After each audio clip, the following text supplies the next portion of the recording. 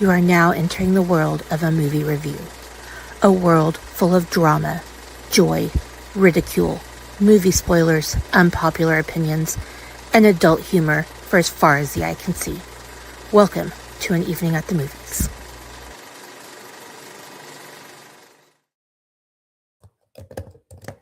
For as far as the eye can see. Welcome to an evening at the movies. Jurassic Park. I'm not gonna lie, I love our intro, and Thanks. but before we get into all the witty banter, welcome to an evening at the movies, the movie-based podcast where we eat the stale popcorn, we drink the watered-down sodas. Shameless plug. Watered down sodas, and talk about activities. all of our favorite movies and why we love them. I just put my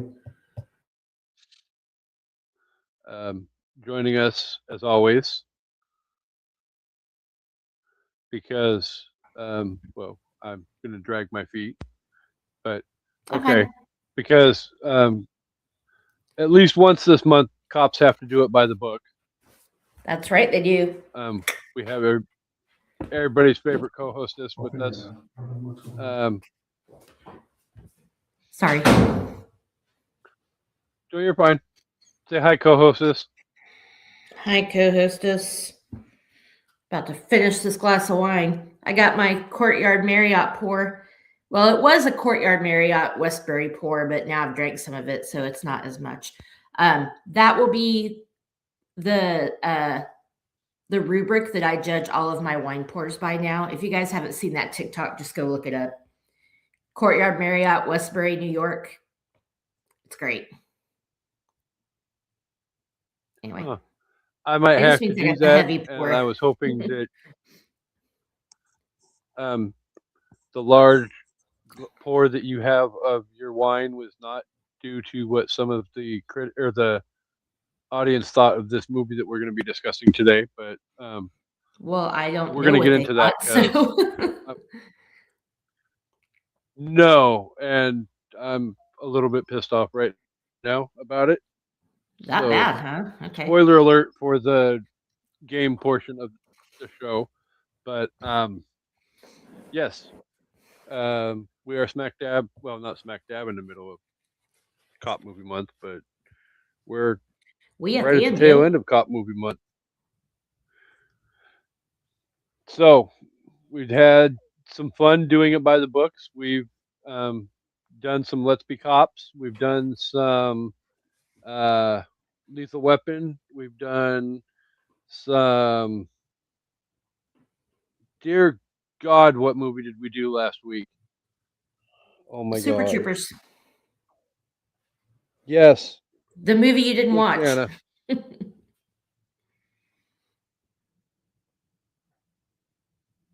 Anyway, and we did Let's Be Cops. Fuck! I had homework I was supposed to do for this episode. I totally. Okay, that's fine. So coming next week on an evening. I forgot about today's episode and forgot to watch today's movie until 3 hours before the show, and you happened to mention it to me. So there's no judgment over here.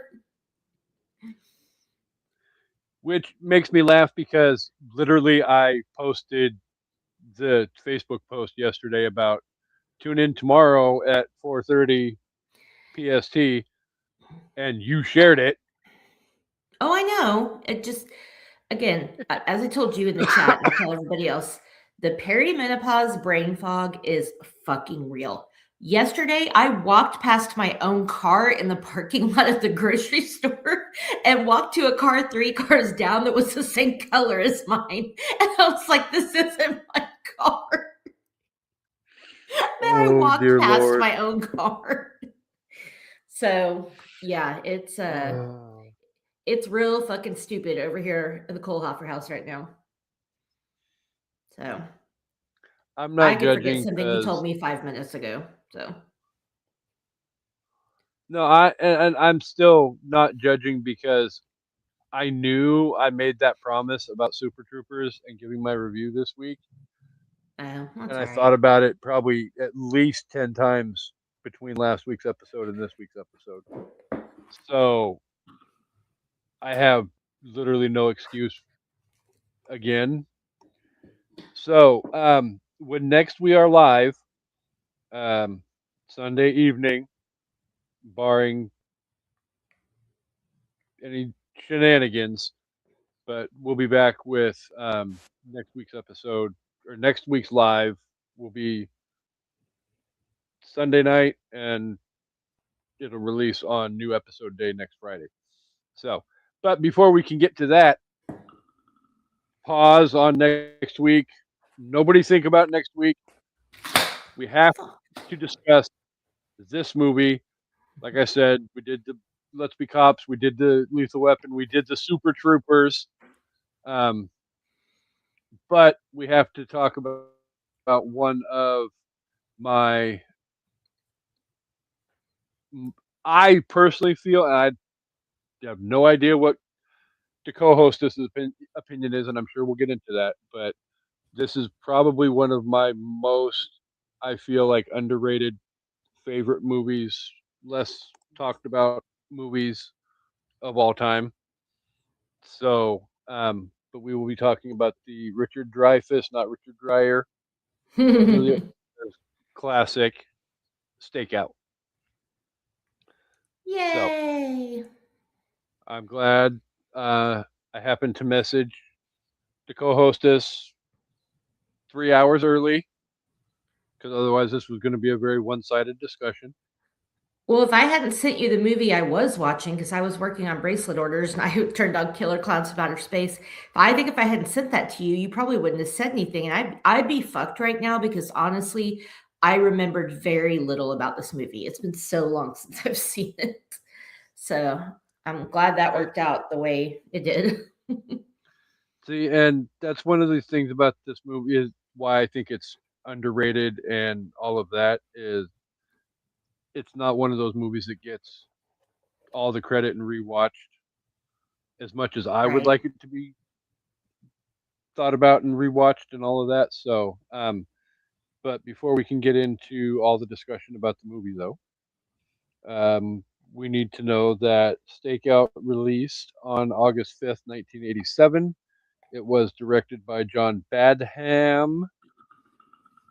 It was distributed by Buena Vista Pictures, which ultimately in the long run would become Touchstone slash Disney at some point. Yeah. Um, had a $14.5 million budget Nice. and made 65.7 at the box office. Nice. Okay. So it did So pretty well. it's not a horrible box office draw. Well, it It's had star power too, so I think that helps. there's a lot of people. There's names in this movie, and then there's people in this movie that you may not necessarily recognize the name come across the screen when the credits roll. But as soon as you see him, they'll be like, "Oh, okay, I know him from here, or I know them from that." And so, I mean, you got the dad from the Wonder Years. Hello. yeah, Forrest Whitaker's But in the movie. this was Richard pre Wonder Dreyfuss, Years, Emilio so Estevez, Madeline Stowe. Um, watch Amanda's bird twitch right now. Aiden Quinn. mm, Um, come to mama. uh, He's like, I'm gonna kill these two cops. She goes, you expect me to go with you after you do that, bro? Take me. I don't care. no, yeah, Kidding. but not only is it Aiden Quinn making Amanda's bird, but it's bad boy Aiden Quinn making Amanda's bird Hmm. twitch. So, He plays and a good he's not a very nice boy baddie. in this movie. No, no. So, if you have not seen this movie, um, please do not tell me because I will shame the fuck out of you for it. Because spoiler alert, it's a great fucking movie. Um, but it is available to stream on the Prime and wherever you get your online streaming rentals. You just have to spend $3.99, which honestly, at the end of the day, I feel like personally it is worthy of $3.99 to sit down and watch this movie.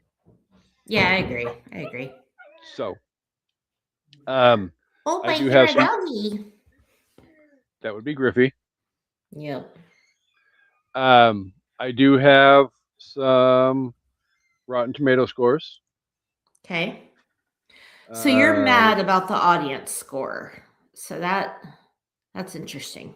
Okay. so I will give you two prefaces before I let you guess. Okay. Um, one is the fact that the scores on this do not go how they traditionally go on the scoring. So the critics liked it better than the audience, is what you're saying. Yes. Okay. How much more they liked it, I'm going to leave it up to you to decide. But Okay. hello to you.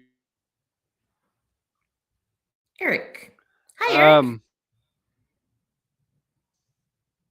so I got a spinning wheel of death there for a second. Or All Eric. Is right, it Eric or so Erica? It's all together, so now I can't tell. I'm sorry. I don't know. Mine, it's all fine print. So um, if it is Erica, then I apologize. But hello as Well, I well. apologize. I said it. Hello to yeah. Um, well, some people put their middle initials in their display names too. So um, Yeah. let's go tomato meter first. Okay. On We are 27 reviews, sorry, we are reviewing the movie Stakeout since you joined a little late. That's what we're doing today. Okay.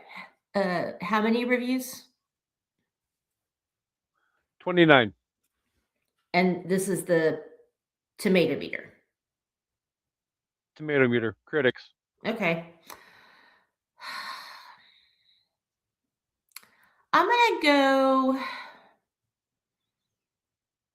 This is crazy because I really thought the audience would be in like the 70s or 80s, but I know the critics can't be in like the 80s for this. I'm gonna go 71. Eh. You should have gone against And your gut.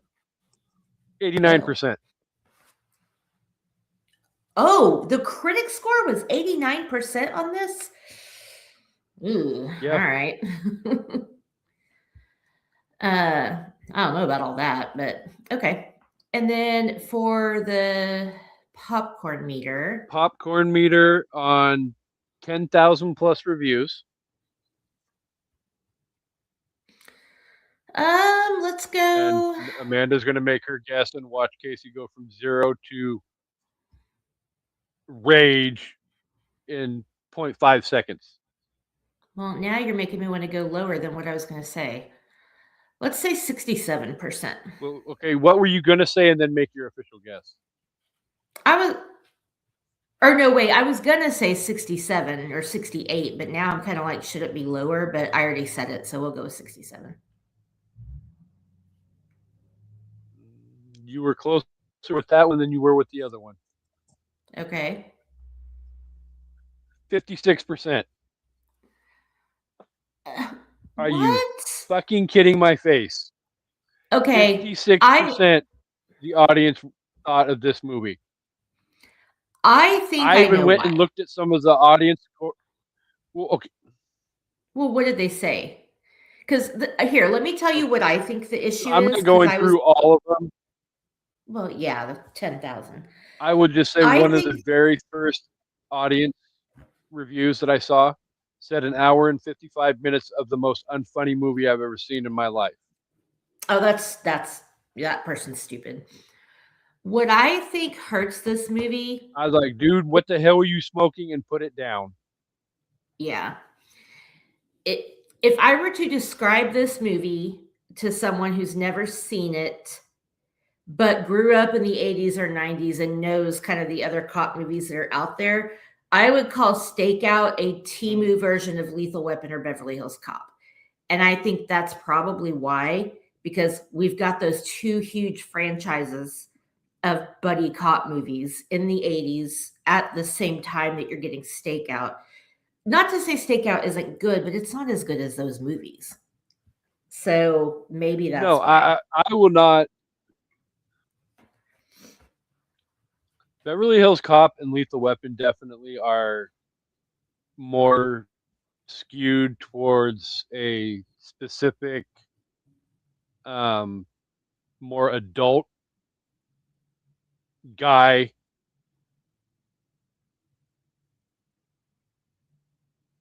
They both have a more adult male feel to them.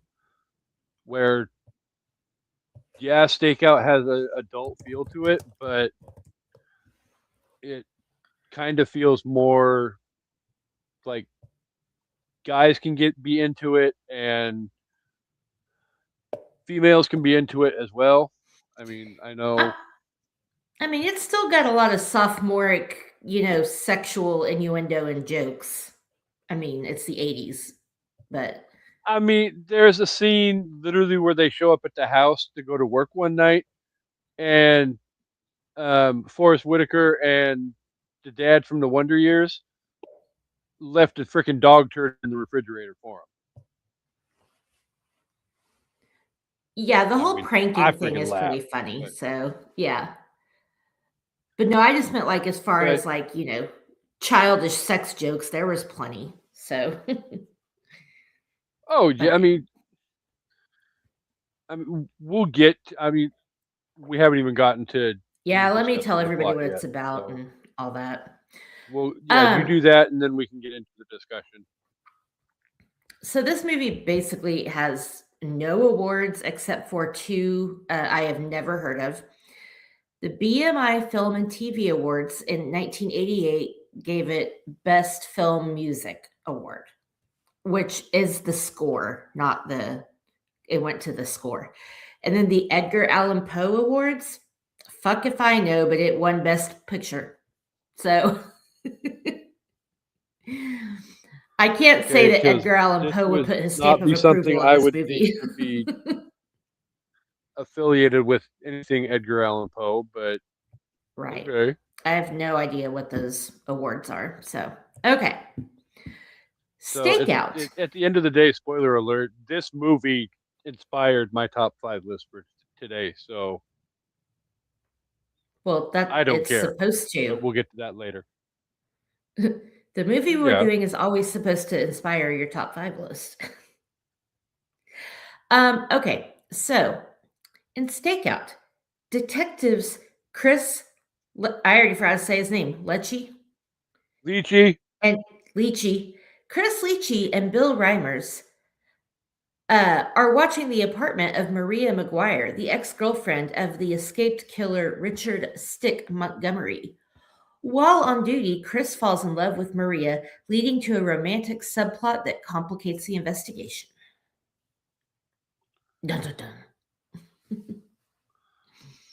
So there in that last sentence lies a certain element of what makes this a little unbelievable because at the end of the day, are you really going to have a cop that's going to jeopardize his entire career to become a booty call to the woman that they're supposed to be watching?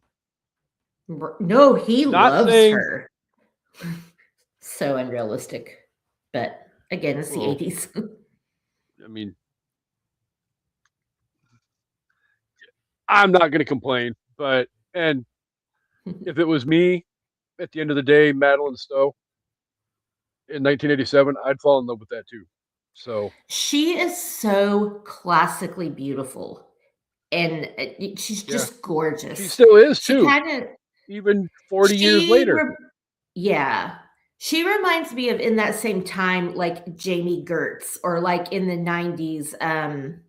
Hmm. Crap, what's that British chick's name from Goodwill Hunting and Gross Point Blank? Mini I Driver. blanked on her name. Yes, thank you. So Oh, Heather's here. Hi, Heather. Hey, Yeah, just a hat rack. exactly. Yeah, she has that wild curly hair and just, even though she's half Puerto Rican, she's very white passing. Because when I was watching this, I had to go, wait a minute. Madeline Stowe's playing a Latina. She is pretty white, but she is actually half Puerto Rican. So Yeah. at least they got that So, part hi, right Heather. because you never know.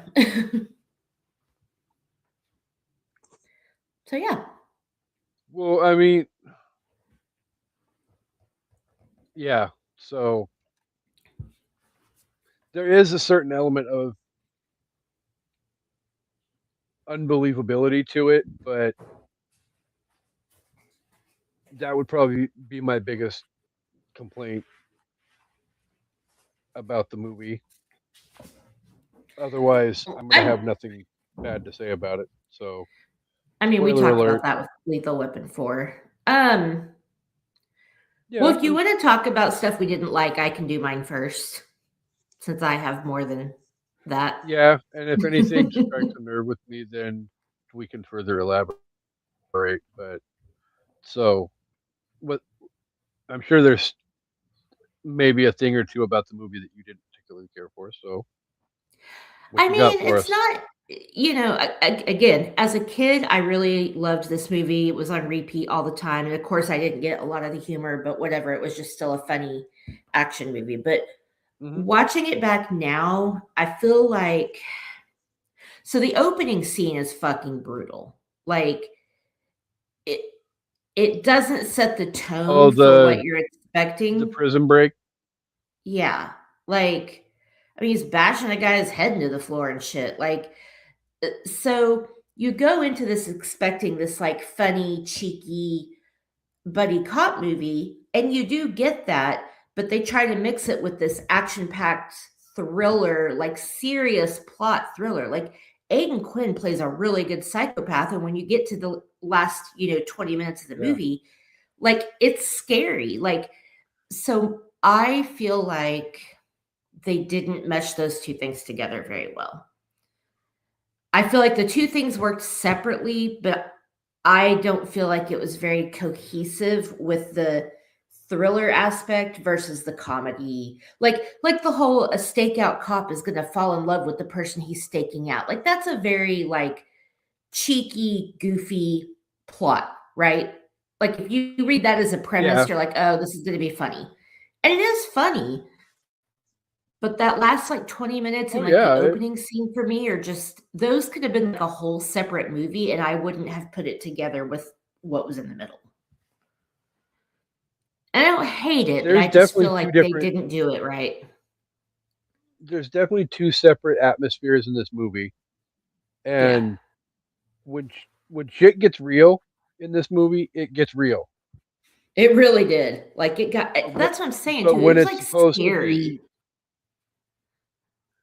okay, so I was actually going to save this one for later, but um, going into that last 20 minutes, yeah, I wouldn't even say the last 20 minutes, but the last probably 15 minutes of that movie when they get to the final battle between Mhm. Chris and Stick, and they're at that uh, lumber mill.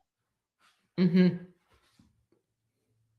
Like, I remember being a kid watching this movie, and it's still, even to this day, still kind of sort of affects me like that. But as a kid, like when they're running around that mill and the saws are going off left and right, and he's falling in holes and logs are falling all over the place, and like my And that guy heart was like, drowns under the logs. Yeah, yeah. yeah, my heart was pounding out of my little 10-year-old chest Right. And you don't because expect that from a comedy, quote, unquote, "comedy movie." no, but well, and part of it too, I think, is to me this felt incredibly real because the movie's set Right. obviously in my home state, and you know for the most part, like lumber mills and things like that are things that you know we have here, and it's Right. even growing up as an adult and when I was working after high school as a security guard and doing patrols at lumber mills, it's like it still felt creepy to me to be wandering around a dark lumber mill at night because you know Yeah, shit hell goes no. off and it's like no, thank you. Well, that brings me to So my when second thing. Oh, go ahead. okay, no, go ahead. Oh, uh, that ties into my second thing. That scene was way too long. There was so much unnecessary shit in that like final battle. And maybe it's just me, but I felt like that went on way too long, especially for how serious and scary it was compared to the rest of the movie. Like they could have shortened that by several minutes and still been fine. So I remember when I was a kid watching that and feeling that scene went on long time, like it wouldn't ever come to a conclusion. But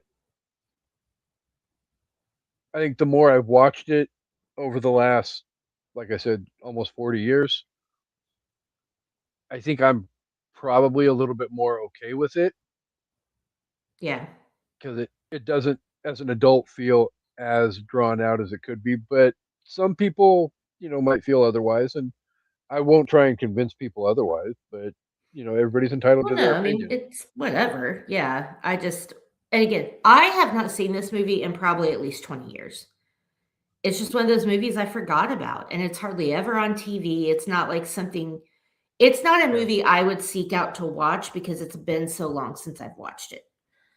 Um, so yeah. Well, and My that's what baffled me too when I picked the movie for this month was I'm like, okay, it's got to be available somewhere to stream. I Even on wasn't planning Tubi, on this feels having like a to. Tubi movie. Yeah, it's like Tubi, one of those cheap freaking whatever freebie websites with ads, but Like Tubi. nowhere had it. Yeah.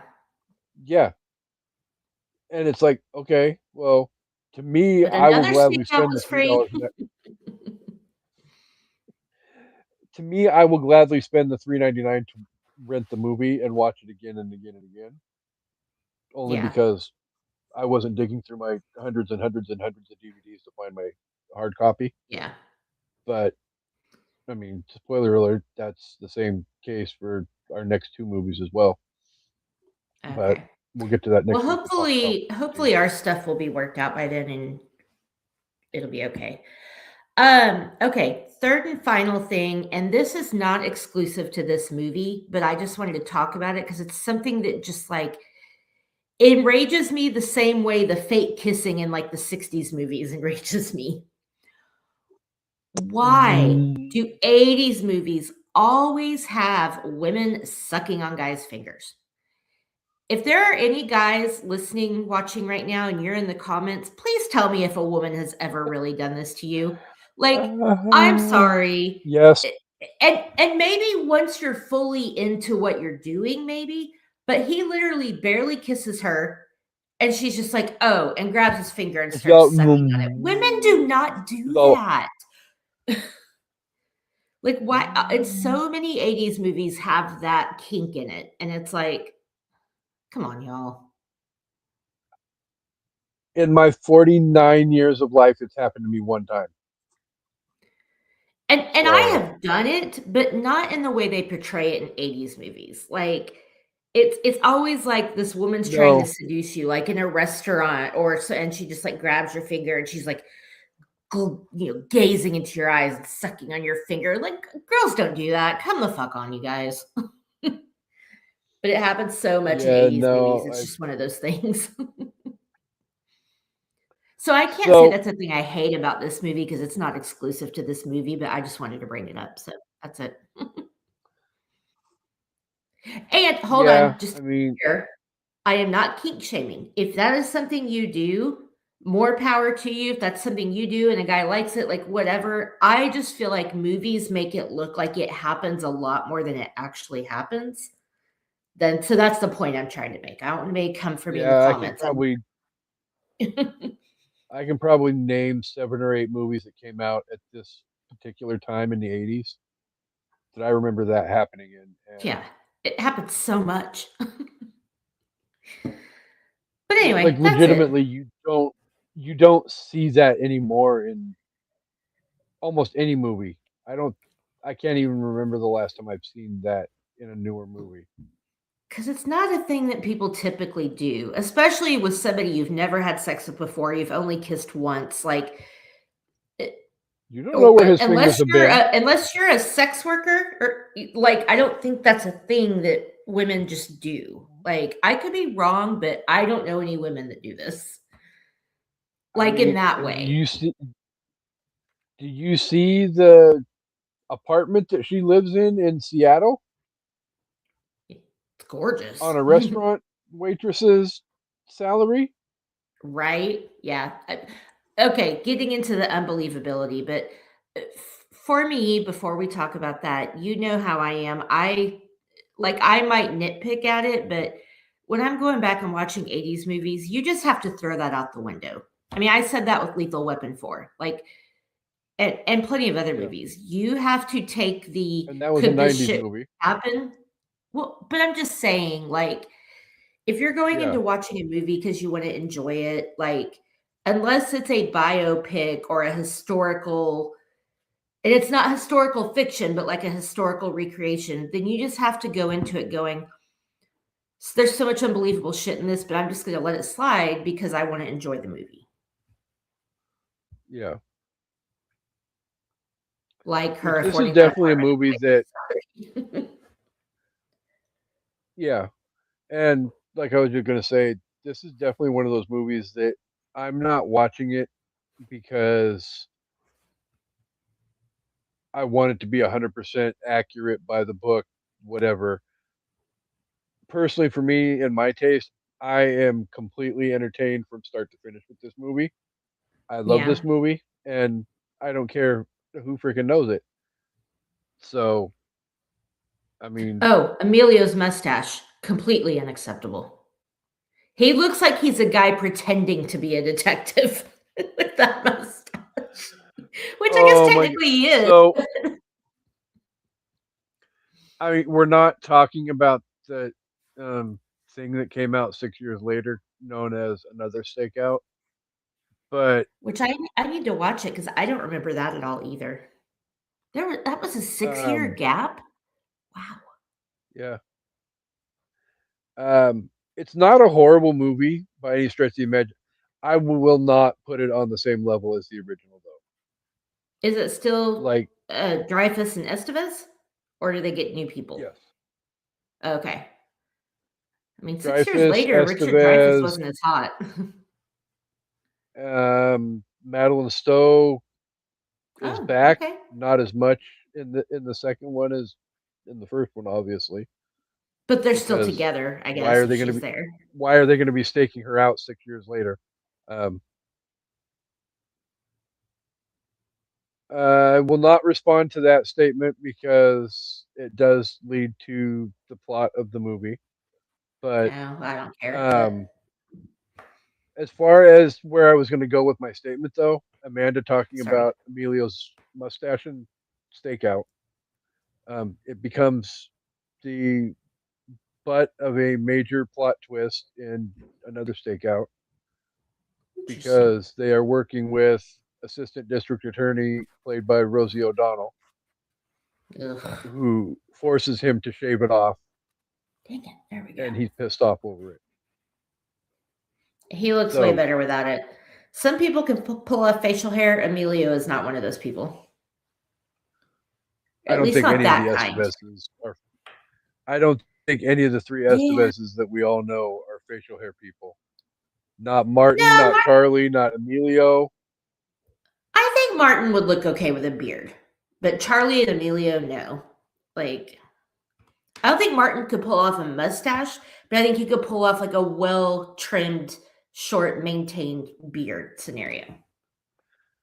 Emilio has a full on Tom Selleck fucking mustache in Stakeout. He wishes it was a Tom Selleck mustache. It's like he was Well, no, going for the Tom there's Atkins no way in slash Tom hell. Selleck mustache. And now he's got like this little, prepubescent mustache. Well, not really. It was pretty filled in, but not like it was no Tom Atkins or Tom Selleck level. No, it probably felt more like that's where they were going with it, was trying to make it like a Tom Selleck type Who wants a mustache ride? character trait. Yeah. Evidently not his wife. Well, no, because he was the faithful Oh, his wife one in liked this him. movie. Yeah. Yeah, I was gonna say he was the Yeah, faithful she's one in trying this to get movie with him because while he's on the phone. technically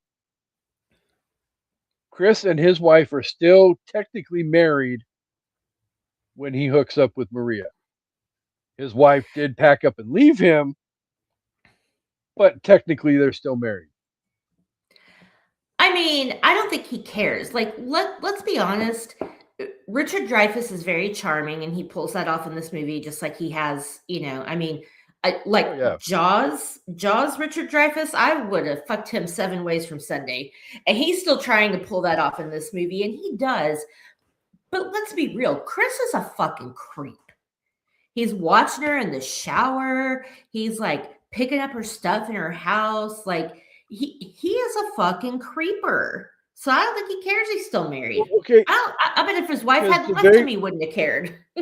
He's like, I'm a nice guy. So, okay, two things being like early on when we first meet Chris and Bill, you already know that Chris and his wife's relationship is shit because they're Yeah. already playing it up even before he gets back to the apartment and realizes she packed up and left.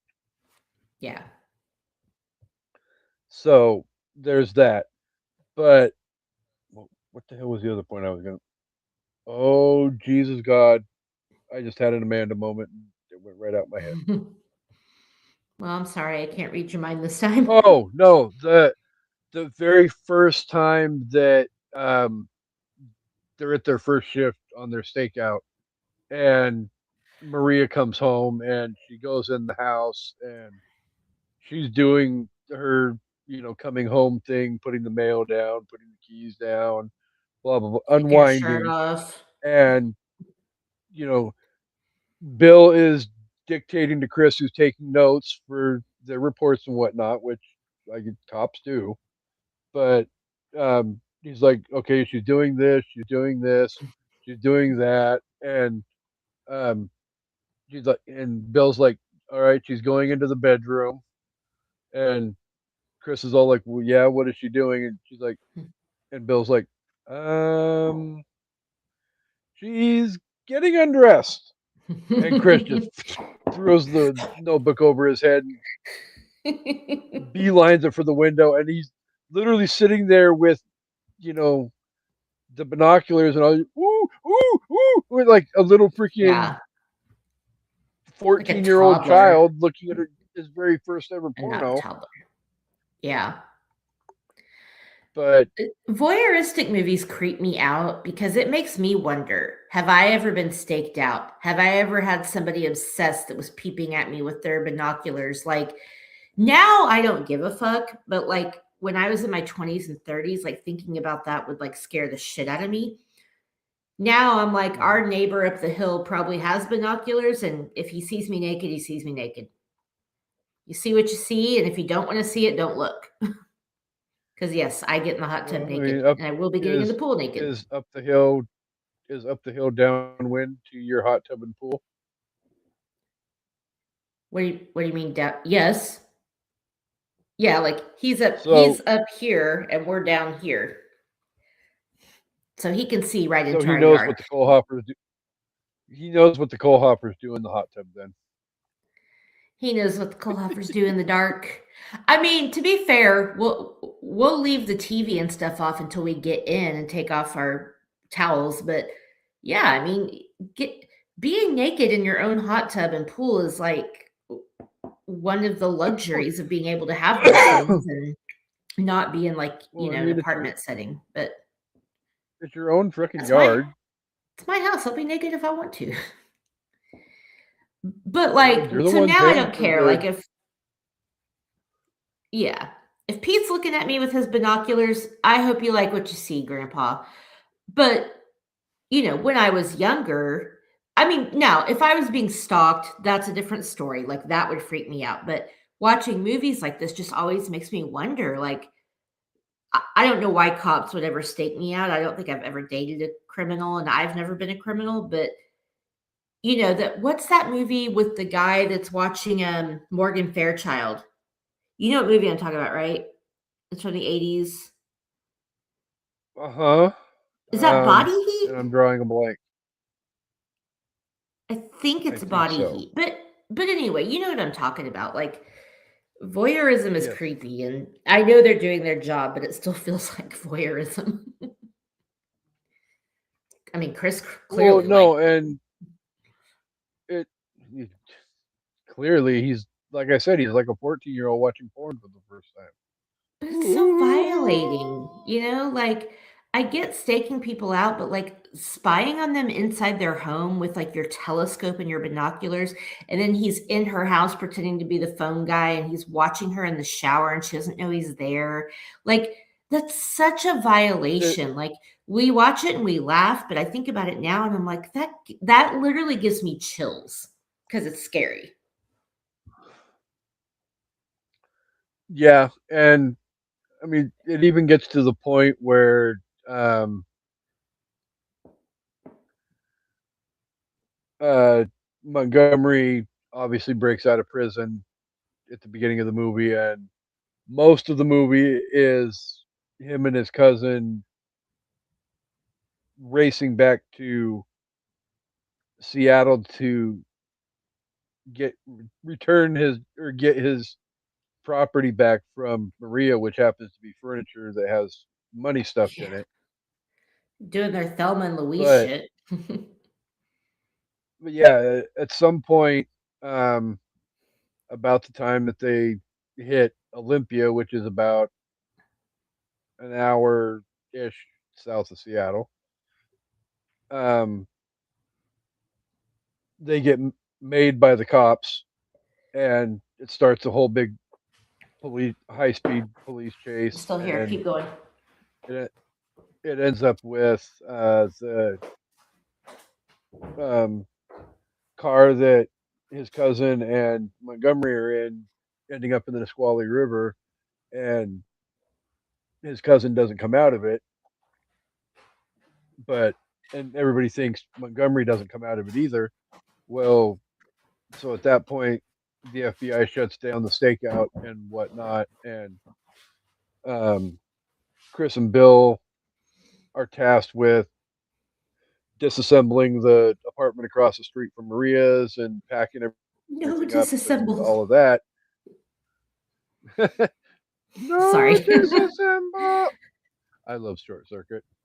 I know, me Um, too. but at that point, Chris and Bill have the conversation. That, he's going to have to go over and tell her what's going on, Yeah. and he's going to have to be honest with her about it because she deserves to know. And if there's going to be anything for them in the future, he's got to, start off with a little bit of honesty for once. Because at this point in their relationship, what 2 or 3 days later, They're there has been little to no in honesty at love. all. Well, I mean, people are horny. I'm not going to fault people for that. But Lust and love aren't the same thing, people. Come the fuck on. I've had oh, sex I with guys I know. never wanted to talk to again. Like, leave me alone. I like you because you're pretty, not because you're I'm smart. No, not I'm just judging. kidding. um, so But I no, wanted to say he something. goes Oh, over to the sorry, guys. apartment and he confesses everything to her, and she gets pissed off about it. And I don't blame her for Rightfully getting so. pissed off about it. I know it was a long bit of backstory to get to that point, but you know, he's been in her house. She's made food for him. They've had, He's been in her. for the story, intimate conversations. Um, to quote Aiden Quinn in at the end of the movie, and because he's been inside you, Yeah. That was so creepy yet kind of sexy at the same time. Like, can we get Aiden Quinn on the Quinn app? People who don't know what Quinn is, it's audio erotica, and so many actors are doing it. Sean Hattasey is doing it, and oh my god. Anyway, I Amanda know he was being Brooks, creepy, what but you it got? still felt hot. I'm so attracted to toxic men. What So was funny about that scene though is that he's like, "You're gonna hate me. I need to tell you this," and she's like, trying. He's like, "No, you're gonna hate me." Like he's fully prepared to go into it, and he knows how she's gonna feel, and yet when she exhibits those emotions, he can't leave her alone. He keeps chasing her. Maria, Maria, let me explain. Don't get me mad. Blah blah blah. And it's like, dude, she's doing exactly what you thought she would do. Leave her alone. yeah, but I mean, at the same time, I guess the other side of that would be she has feel or he has feelings for her, and he doesn't want to Yeah. lose her. And I mean, luckily for her, he doesn't just oh well, fuck it, I'm out of here. Because after the blow up and her going back to her apartment is when Montgomery arrives and we start the final downward spiral into that whole final 20 minutes of the movie. Well, let's be honest for a second. Maria is dumb, y'all. Like, I like her character. I really want to like her and respect her, and she seems like she's this like strong, confident woman. Girl is dumb as a box of fucking rocks. She gets so many clues that he's not who he says he is. Like, runs into him at the police station. Here's someone call him Chris. She's on the phone with him, and he's like, "Your Yeah. food's on fire. Your food's on fire." Oh, I heard it sizzling behind you. Girl, you are fucking stupid. Where is your women's intuition? Like, it is, and they hadn't Even even had she sex makes yet. Is the sex? It can't be that good, even if they had. Girl, be well dumb. because even she has at least a micro mini nugget of a brainstem Tiny. Yeah. because your food is burning. Oh damn! And she pulls it out. Well, how did you know my food was burning? Yeah. And he's like, I heard it sizzling. Oh, well, you've got pretty good. Okay. Oh, you Yeah. freaking.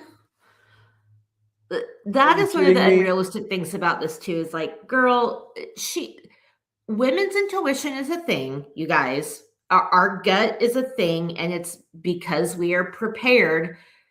We've been not socialized, but like raised and what socialized isn't the word I'm looking for, but you know what I mean. Like Conditioned. we have this thing. First of all, it's just intuition, but second of all, it's awareness because of the world around us kind of fucking hates us. And so we have to be on alert. And the fact that there was one other time that something happened, and I can't remember what it was, but three separate times she was could have been very clued in to this guy isn't who he says he is at the very least. And she's Them just like, bumping into oh, each other at the okay. grocery store. Like yes, he's not that hot. I mean, come on. I get Well, some because guys are like the so very hot first and the time sex that, is so good you feel stupid, but like, no. yeah. Well, because like the very first time that she asks his name and he's like, it's, he stumbles over it for like a half an hour before he finally says Hmm. Bill, which And same thing at the police station. tongue in cheek is funny because that's his partner's name. Right. But I mean, and Yeah, it he does worked hard add for that. to a moment later in the movie when she calls him on his home phone number and she the name comes up and it's like Emilio finds out when they have the listening party at the police Mm-hmm. headquarters, The way and he looks at he him. is insanely pissed, and I would be too. Oh yeah, for Like, oh, real. I do believe, and I believe I have the line down exactly in my head because I've seen it 100,000 times. But I did not Yeah. bust my ass to make Detective Before 30 to have you fuck it up. Get your shit together. Yep. Like, to me And he's got a personally, wife and one of my kid to favorite worry things about, about, you know? yeah. Well, and like I was gonna say, to me, I don't care what other people say. It may be cheesy at times, but the relationship between Chris and Bill is one of my favorite things about this movie. Their chemistry is very, So, very good, like as actors and as characters. You know, again, Stakeout, whether it was trying to be these movies or not, is still stuck in the whole buddy cop thing that we had in the 80s, like Lethal Weapon. yeah, And I think Lethal Weapon and Beverly Hills Beverly Hills Cop Cop. gave so many other people, like, Turner and Hooch did a good job of trying to like go off the wall with it. But I think Stakeout gets lost in the conversation because of those two giant franchises that they have, around them. But these two had good chemistry together. Like they had good comedy and a good camaraderie. And it doesn't really suffer either in the 6 year gap between Stakeout and another Stakeout either. It's still them back together, and you know, after you go back and watch another Stakeout again, you and I can have this discussion about your thoughts, but Yeah. there's definitely elements of Beverly Hills Cop 3 in another Stakeout, which we can discuss after the show's over. Yeah, So, I mean, I literally um, remember nothing about that movie. So, it, I enjoy it, but yeah, at the end of the day, it's not something I will probably ever be rushing out to. Ooh, I need to watch it again. yeah. I do believe that another Stakeout is available on Prime for free, though. It is for free. Cuz I saw it next to when I had to rent this one and that one was just available. I was like, "Well, okay, fine." Which Um, pisses me off because this one is definitely 150 times better than another Stakeout. So why do you yeah. have to freaking pay to watch the good movie and you get the lesser quality for freaking free? Yeah. Kudos to So Chris for being able to get fucked on the clock. That was pretty funny. He's supposed to be staking her I out, and instead he's staking her out, or staking her yeah, in, I or mean, some other better sexual joke than that, but you get it. well, because one of my favorite lines of the whole entire movie, though, is at the end of that moment in the movie because he goes over to Maria's and they end up uh, in bed bumping uglies and falls asleep and wakes up and it's literally the next morning and his shift across the street is over. So the day shift is already over there. Now he's got to get out of the house without being found out. Hmm. So he borrows a hat from Maria. He borrows a shawl. The hat is one pink, like Bright pink, summer like beach hat. Yeah. beach hat thing. And he's got a shawl wrapped around his shoulders and face, trying to hide himself. And the day shift does see him coming out. So they call it in and it starts a whole big, everybody thinks it's Montgomery, but the cops are all chasing him down. And Bill catches wind of it and ends up picking him up. And when he gets in the car, he kind of sort of chuckles at him and just looks at him and he's like, "So, did we practice safe sex?" That And then was smiles at funny. him. Yeah, that was really funny. Um, okay, so quick question. Yes. The part where Montgomery shows up, Chris comes back up into the apartment. So, in my opinion, that whole scenario, I was kind of like, no, because he should have fucked that guy up for putting his hands on her. Like, I get that he's a cop and he's trying not to blow his cover, but I think Yeah. any guy who was in love with a girl, regardless of your job, whatever, if you walk in and see this guy putting his hands on her like that, my opinion, he should have fucked that guy up. And instead, he's like, "Let me calm you down and let's have some coffee and let's talk." And so I get that he wasn't trying to blow his cover, but that made me mad. Like, do you think that is what he should have done? Am I overreacting, or I don't know? What do you think? That part No, I bothered don't think you are. There's definitely problematic aspects to this movie, but to me, it's not something that I let get under my skin. So me. No, I agree. I I just agree. I was just like, start the movie and let it do its purpose, and that's completely to entertain me and or enjoy 2 I'm hours sorry, of revisiting. it wasn't Montgomery. I'm Go ahead. sorry. It was the Gail's husband guy. That part. Sorry, not Montgomery. The Gail's husband guy. When he's like pushing her around, where's Gail, Oh, blah, blah, blah. And then he the comes drunk back guy. in and he's like, Yeah, yeah, sorry, that's I'd who have I beat meant. that guy's But ass. yeah, he should have fucked that I guy straight up up. would. That guy wouldn't have known he was a cop. Yeah, Like, sorry, I mixed that up, but yeah, now you know what part I'm talking about. Like, and like, I yeah. don't condone That dude would have got. violence. Like, I don't condone violence. I don't need a man to like throw hands for me, just because like he's trying to prove he's a man. But if some guy was grabbing me and pushing me around like that, I feel like any man in my life would have knocked the shit out of that guy. Cause like, Yeah, what are you George doing? would have Like, definitely. well, George definitely would have because he's my husband. So, but I feel like if you walked in on that, you would have at least like pushed the guy down or tried to punch him or something. You know what I mean? Like you wouldn't have just been like, Mister, let's sit down and have a kumbaya and have some coffee and talk it out. Like, no, you're You like don't know. trying to hurt this woman.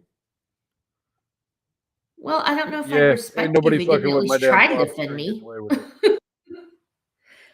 I mean, and No, vice like I said, versa. If nobody's I fucking with my plop string getting away with it. Well, thank you. I mean, I'm not going to go around punching I people out, welcome. but if I walked in and somebody's attacking my husband, I'm going to go climb on their back like a spider monkey and start punching him in the head. Like, get your fucking I hands mean, off him. Like, George might get away with it because he's like 8 feet taller than I yeah. am, but you Yeah. know,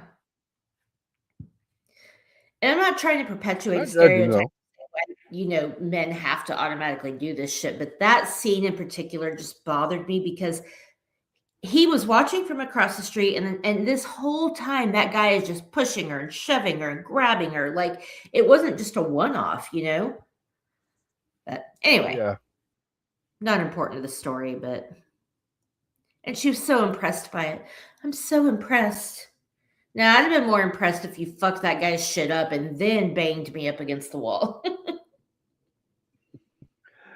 well, yeah, and literally all he did was trip him in that Yeah. whole altercation. Yeah. Like he goes storming through the dining room area, kitchen area, whatever, and he just sticks his foot out and the guy trips over it like a Oops, my drunk fool. bad.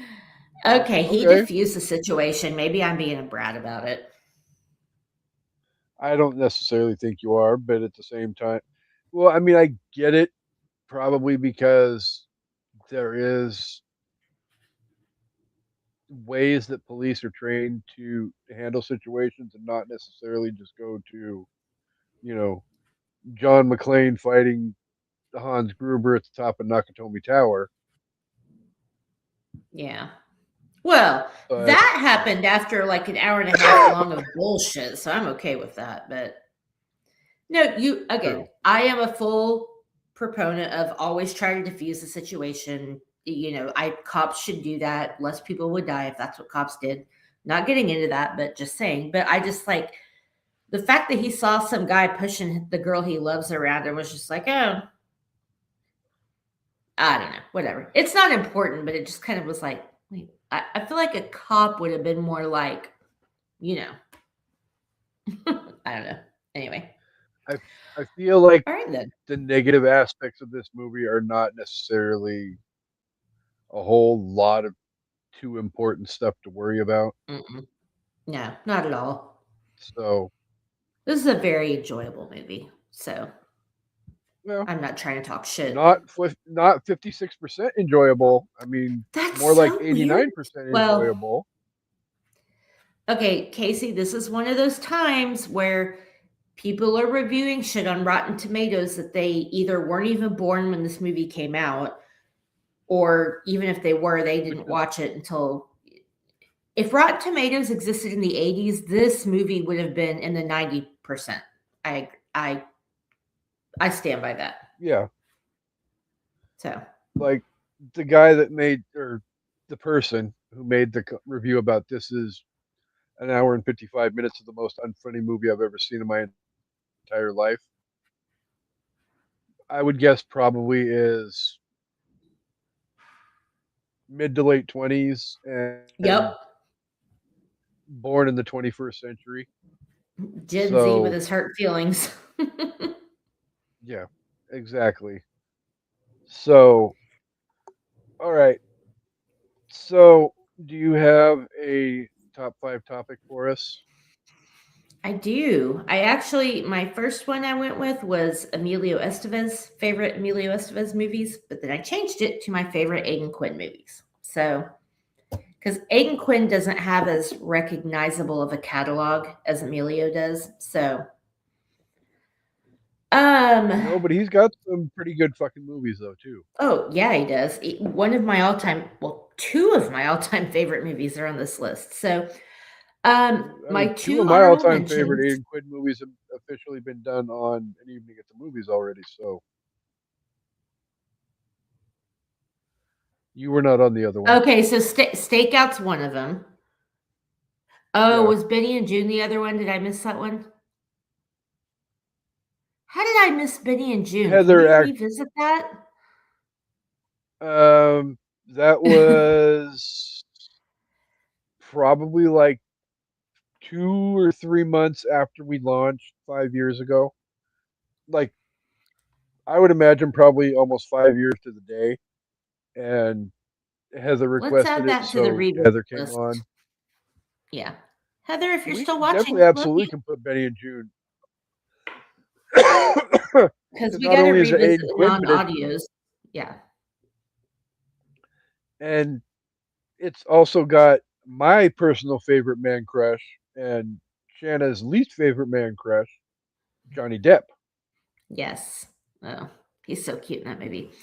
Okay, so I have two honorable mentions. The first one is In Dreams, which is kind of like a not very well known 90s movie, but I Yeah, think it's Annette Bening. Don't quote me on that, but I think it's Annette Bening, and she like has this like crazy dream world scenario where things are I don't know. I can't explain it. It's a really weird, fucked up movie, but he's in it and I liked it. My other honorable mention, I'm sorry, is Stakeout. He's really good in this movie. He plays a great, like, terrifying criminal piece of shit, which is not. I think this may be the only movie I know where he plays a really bad guy. Because none of my only other one that I movies, can he's think of. not the bad guy. Okay, so number 5 is Music of the Heart. Ugh, I don't think a lot of people like that movie, but I mean, it's Meryl Streep. How can you not fucking like that movie? And you got that It was a Gloria national Estefan song treasure. from it. Yes. So, your love is the music of my heart. All right. Anyway, number 4 is Desperately Seeking Susan. He's very hot in that movie. And I guess he's kind of a bad boy in that, but not like, Stakeout bad boy. No, Number 3, Practical Magic. And I really hope they get him in the reboot. Not remake, reboot, sequel, whatever it is. Requel. I don't know. It's probably a requel. But whatever. I hope he's in it. He's so hot in Practical Magic. Number one and number two are basically interchangeable for me, but I had to rank them. So number two is Legends of the Fall. He is Yeah, like I say, so I know what your delicious number one and in number that two movie. is. Yeah, yeah, I would just wasn't sure which way it was going to go. yeah. His character in Legends of the Fall was like everybody was about Brad Pitt in that movie, and of course I kind of was too. But I always was about like Aiden Quinn, like standing up for the family, doing what he thought was best for his brother, while all the while being in love with this girl that his brother loved. Now he did kind of swoop in and take his opportunity. It was very. If the summer Yeah, I turned pretty was all drama, that's Legends of the Fall. In case you haven't seen it, without all the death and drama. And then obviously number one's Benny and that June. was early Like Brad Pitt too, wasn't it? a very early Brad Pitt. That was, I think, A River Runs Through It was before Legends of the Fall, but they're right there together. I Um, think both of those were even pre-7 Brad Pitt, weren't they? oh yeah, definitely, definitely. I mean, Thelma and Louise was like his first, like, oh, this guy's hot. We really like him. And then Legends of the Fall like put him over the edge for people because yeah, he's fucking hot in that movie. Yeah. He's a shit human, but God, he was hot back in the day. So, and he's a good actor. But so is Aiden Quinn, and I wish he had more like. I mean, he's had a lot of work. If you look at his IMDb, he's done a lot of movies. He's done a lot of TV. He doesn't have the name recognition that I wish he had because he's so just He's a good relatable and he's a a good-looking good dude, and actor. he's insanely And yeah, talented. yeah. He So just doesn't get the credit anyway, as being. I don't think he has the traditional rugged good looks of a Brad Pitt or whatever your traditional heartthrob yeah. is. I was just gonna say he should have been But like a heartthrob of the '90s, and he was for me. But like you said, Legends of the Fall, he's getting overshadowed by Brad Pitt. Benny and June, he's getting yeah, overshadowed by Johnny Depp. Like, you know, and there's in all always these other somebody movies, he had overshadowing him small in something. parts. Yeah. So, but anyway, I love Aiden Quinn. I will always love Aiden Quinn, and he was so hot in this movie, even though he was a terror. Again, I don't care. Kill those two cops and take me with you, baby. I'm here for it. Anyway, what's your top All five? right, so the top five I went with was, and I kind of sort of reworked the title for this one because I was going to go with cop movie soundtracks, and while thinking about it, like I couldn't really come up with five cop movie like traditional cop movies, so I changed it to accommodate a couple of my entries. So we're going to go with um, law enforcement Okay. soundtracks Rush Hour because number well, one. War. Huh. Sorry. it probably in my top five, yes. That scene is so good. Okay. So, um, my number one honorable mention is going to be the Pink Panther, just Mm, because of it. Just that one theme, the Pink Panther theme alone, yeah. is such a recognizable piece of music that it deserves Ba-dum, ba-dum, some kind of ba-dum, recognition. So, ba-dum, ba-dum, ba-dum, ba-dum, ba-dum, na, na, na, na. yeah, exactly. Classic. Classic. So, all right. So my number five, um, obviously my co-host has goomed me and let the cat out of the Oh, bag a minute sorry. early, but oh no, you're fine. Is Rush Hour. I love the scene with um, Chris Tucker and Jackie Chan outside of the Chinese restaurant where Jackie Chan just starts singing war. Huh, what Oh, is it good? And Chris Tucker's like, "What absolutely the hell nothing. are you doing?" He's like, "I'm singing war." Huh. And he's like, "You don't know nothing about no damn. You sing it with some soul." And he's teaching him how to sing it, you know, Hmm. like a person of color, and it just it's a hilarious scene, and Yeah, because the way Jackie sings and it is even very like uh, he's enunciating because English isn't his first language, so he's very much enunciating the words instead of like singing it. well, and I don't want to get too much into it because obviously, as you know, as of this morning, Yeah. Rush Hour will be rearing its little head here in a couple weeks on an evening at the movies as well.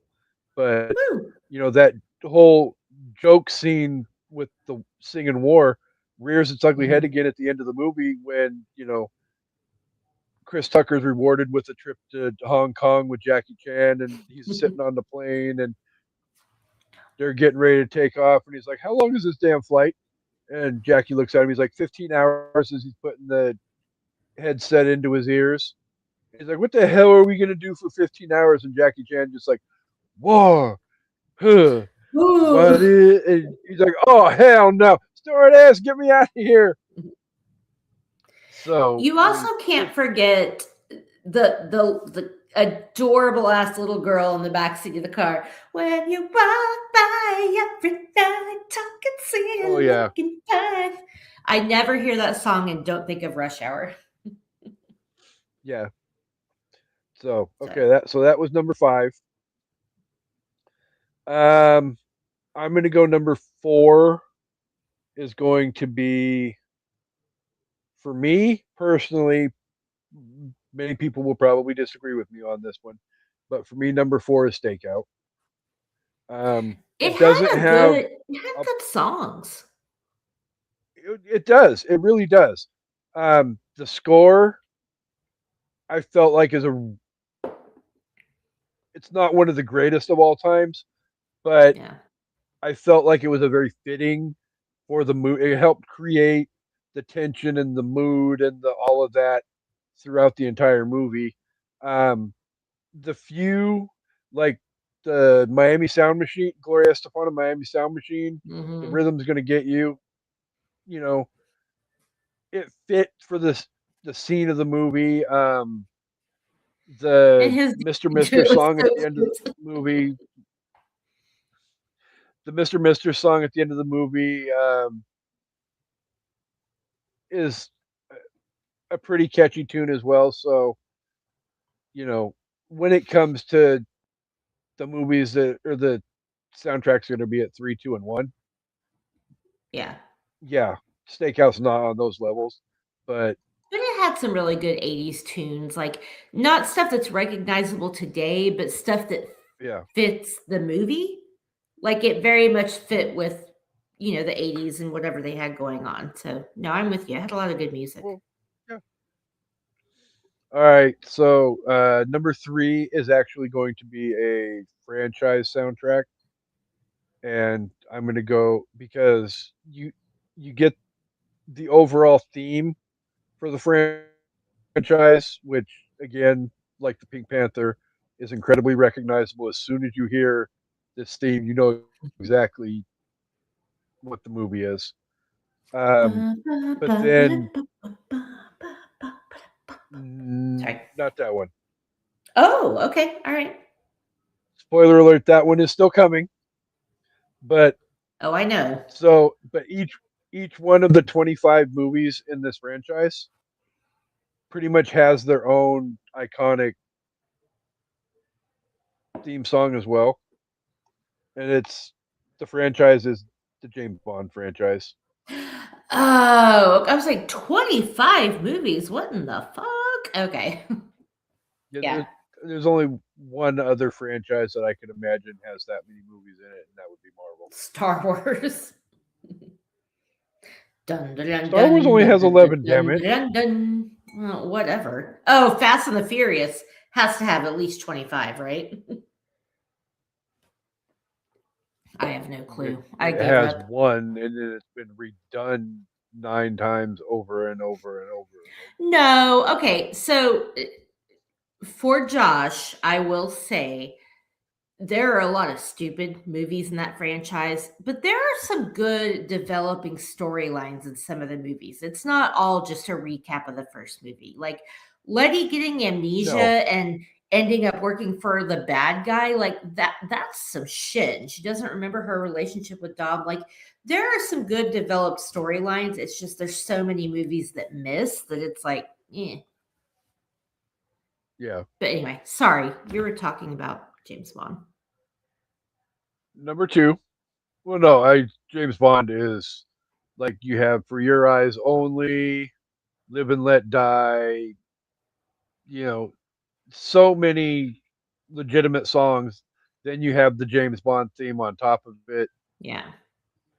Like each one of those movies is pretty much Adele has her Yeah. theme song, in the Daniel Craig era. I mean, there's so many great aspects of all James Bond soundtracks. So Well, and that's the it deserves thing some too. respect as well. Like, as a this used to be true. It's not so much true anymore, but it used to be in the acting world. The golden standard, other than like getting an Oscar, is hosting SNL. That's when you know you've made it. As a singer, Yeah, the equivalent to that is getting a James Bond movie song. Like, if you get yeah. to do the opening James Bond movie song, you have fucking made it. Like, that is the gold standard. So every single movie has an original song other than the theme, but the people that have gotten to do that like have stunning careers because it's Sheena a special Easton, Tina thing. Turner, Paul McCartney, um, Madonna, Madonna, Adele. I'm Billie not going to name them Eilish. all because obviously Well, there's yeah, yeah, but Billie Eilish. there's so many. There's so many, but But all like, you right. know how So I think they have things they strive to achieve. Like, if I was an mhm, actor, I'd want an Oscar. The second thing would be I want to host yeah, Saturday Night Live. If I was a musician, I want a if I was fucking a Bond singer, song. I would want to. Yeah. Yeah, I would want a Bond song. So all right. So number two, I feel like I could have done this with James Bond, but I'm only going to do it with this one because fuck it. But number two is going to be the Beverly Hills Cop 2 theme or soundtrack. There Oh, was some pretty good music in that. I mean, Shakedown but the by theme's the Bob same, right? Seger. Okay. All right. Yeah, Gotcha. the Axel F. Yeah, but you have Axel F. Obviously, you have Shakedown by Bob Seger. You've got I Want Your Sex by George Michael. I've got a crush on Hmm. you by the Jets. I mean, incredible You're fucking taking that soundtrack. over Glenn Fry, though? Heat is No, on. Boom, boom. It's no, no, on no, the street. because Oh, is that in the second now we movie, get to too? number. Okay. Now we get to Oh, know it. Now we get to number okay. one. Beverly Hills Cop 1. Oh, okay. All right. All right. I thought you said you were doing the franchise as a whole, so that's why I was confused. No, no, no, no, no, no, no, no, no. No, Okay. because I needed I gotcha. a spot to fill, so I was like, "Fuck it." I was gonna Oh, do you them said that together about as one. ignoring. Yeah. So, but yeah, Heat Axel F. is The heat is on. Stir it on the up. street. Neutron dance. I mean, that It's Sheena soundtrack is Easton at the just strip club. yeah. That is Sheena Mwah, Easton, right? Yeah, I I believe think. so. Yeah, Yeah. Oh, whoever it Neutron is, Dance. I forgot about that. I love that song. racing around downtown Detroit in a cigarette truck while Patti LaBelle's Yes. singing Neutron Dance, or the Pointer Sisters are singing Neutron Dance, and Eddie Murphy swinging out of the back of the freaking truck and slamming against the walls, and cigarettes are falling all over the place. And yeah, mm, one of my Isn't favorite New openings to a Attitude in movie that of all movie time. too? I got new attitude. You know what song I'm talking about? I can't remember exactly how it goes. Yeah, I'm feeling good from my head. I Yes, know it's in a yes. movie. I'm trying to think. I think it's in I that think movie, but so. I could be wrong. Um, what is the strip But club anyway, song? I gotta look at this. Hold on, because I think it's Sheena Easton. Why does this not say? What the fuck song do they play in the strip club? George probably knows. He'd be out in the living room yelling at me. it, Sorry, I'm googling it because it's gonna drive me crazy. yes, and we're at that point now where we need to not be driven crazy because we have to give our overall review of No, the movie. Nasty Girl. It's not Sheena Easton. It's Vanity Six, but it's Nasty Girl. That's. Do you want to be a nasty Oh, girl tonight? If you want to yeah. be Okay, I a remember now. nasty world. There we go. Sorry, I'm sorry, you guys. It was gonna drive me crazy. Do you think I'm a nasty Okay, girl? so if Rosewood. you were to rate and review the movie out of 5, what would you give this movie? So, like I said, this movie is very funny. Lots of good comedy and chemistry. We didn't really talk about the pranking stuff, but I thought the pranking was like a good little like subplot of the movie that was really, they kept it going. And I like when movies do that where there's a thing that you can always loop back to that kind Yeah, of like just low carries itself. And I thought that was good. But again, I think the thriller parts were too much thriller to combine well with the comedy parts, and that's my only complaint. Because they were both good, but together it just didn't feel very cohesive for me. But I don't care. I still love this movie. I think it's great. Um, Man, what am I going to rank this? I think I'm going to give it 4 out of 5 feral alley cats left in your back seat. Could have oh my gone god, with the that's turd one in of the my fridge, favorite but the pranks of. cat was hilarious. Although, what happened to Yeah, that I mean, cat? Where spoiler did alert. he get it, first of all? And what happened to it after? I I But that was still I funny. was gonna go with um turds in the fridge for my, Well, there but you go. yeah, I figured that's a little bit too disgusting, so I'm not gonna go that direction. I mean, it's But fine. no, I I like the one I'm gonna go with a little bit better, just because it adds to the little flirty element between Chris and Maria. But Gotcha. so yeah, Is it finger sucks? Okay, sorry. no, um, yeah, to me, Grippy, come on, lay down. Griffey! Hi, Bubs! Um, to me, I enjoy this movie completely 100%. It, like I said, is one of my favorite movies of all time, and it always will be. Um, I don't have a problem with the dynamic between the thriller and the funny. I enjoy it in spite of all of that. And, Yeah. to each their own. I won't, like I said, I And won't I judge enjoy people. it too. I'm being Yeah. objective when I talk about that, but I'm with you. Like it's still a great movie, so I don't want you to think I like don't like the movie. Like I do. No, no. That's one of the reasons why I wanted to pick the movie too, is I figured if you hadn't seen this in a while or hadn't seen it, Yeah, period, it it's would be been a something minute. that you would enjoy. So, I watched it all the um, time as a kid, so yeah, and it's just it's an enjoyable movie for me to watch, and I honestly feel like if you have not seen this movie, I would personally recommend sitting down and spending 2 hours and just being entertained by the movie. It can, totally. be create a certain level of tension that thrillers are supposed to. It'll make you laugh, you know, and all of that. So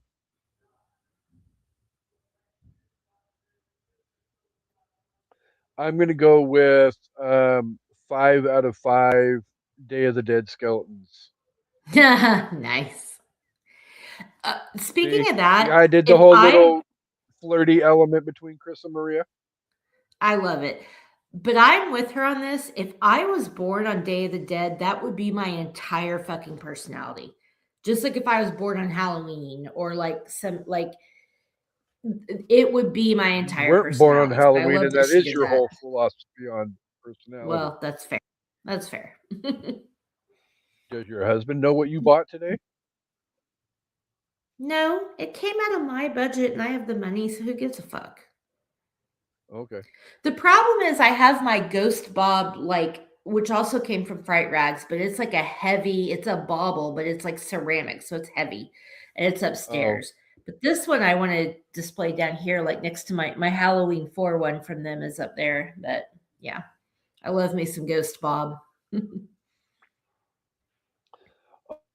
alrighty. So, Cop Movie Month was a lot of fun. Um, I do promise that next week I will, or in 3 days, when next we are with you, I will have Super Troopers watched, and I will have my review for it. I, do- So when I say who wants a I keep mustache my ride, you'll know what promises. I'm I will talking do it. about. I'll, You also said that about Hamilton, so we'll see. I mean, you have I to. mean, So- spoiler in alert, that's coming I too on an evening at the movies I within the next know. couple months. So I was just And waiting you're for the the right traveler, so moment to you do it. have to watch it. So, all right. Obviously, we can't end the episode and this theme without thanking the listeners for being here each and every week. You guys are incredible, amazing, all the love, all the respect, and we appreciate each and every one of you. Um, Coming up next month on An Evening at the Movies, we will be doing martial arts in May. Um, my Oh thought wait, on the I whole was thing trying to is we high will. yaw, and it came off as a dab. So I'm not dabbing. okay, I'm high yawing. so my thought for next month, and we'll get into it when we record the first episode, is we were gonna do a Chuck Norris slash Bruce Lee movie. Um, I think we'll just dedicate the whole month to the late great Chuck Norris, and we're gonna end up throwing Rush Hour into the mix instead of The Way of the Dragon. I But think we we have will to. also be talking about Romeo Must Die, The Replacement Killers, and Kung Fu Panda Kung as Fu well. Panda. So, and then coming So up excited for in Kung Fu Panda. June, coming up in June, we've got some court movies to talk about, and July we'll have musicals, which now you get the reference to me having to watch Hamilton. Hamilton will be one of the movies we do in July. So, this was lots of fun. I'm glad yours truly came up with the idea for cop movies. I'm glad we got to Mhm. talk about the 4 There's great so movies that many we got more. to talk about.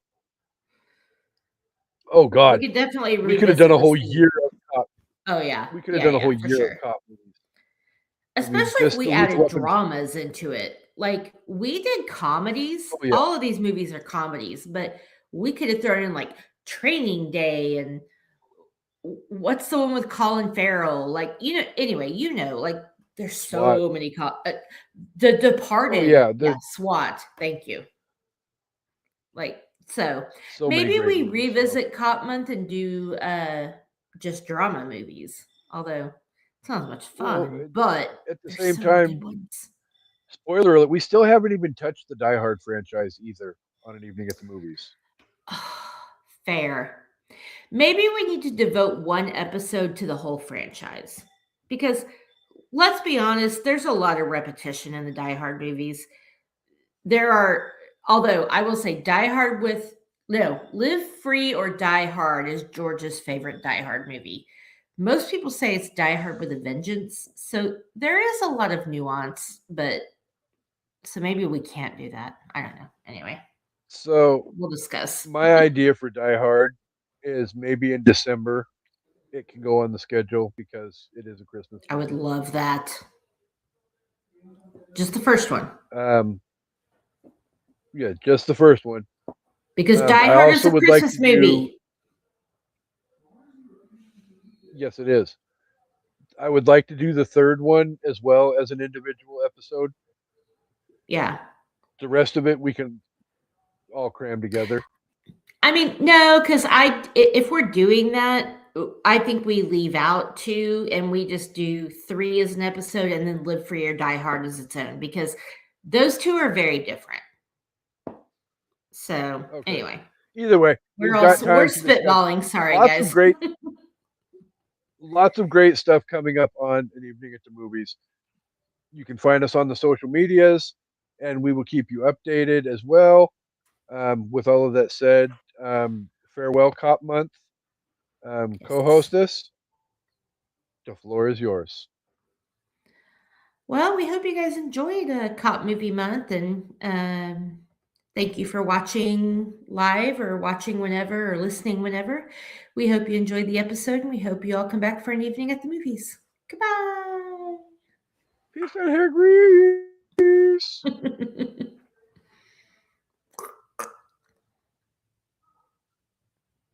Say hi. Chrissy! Hi, buddy. Hi,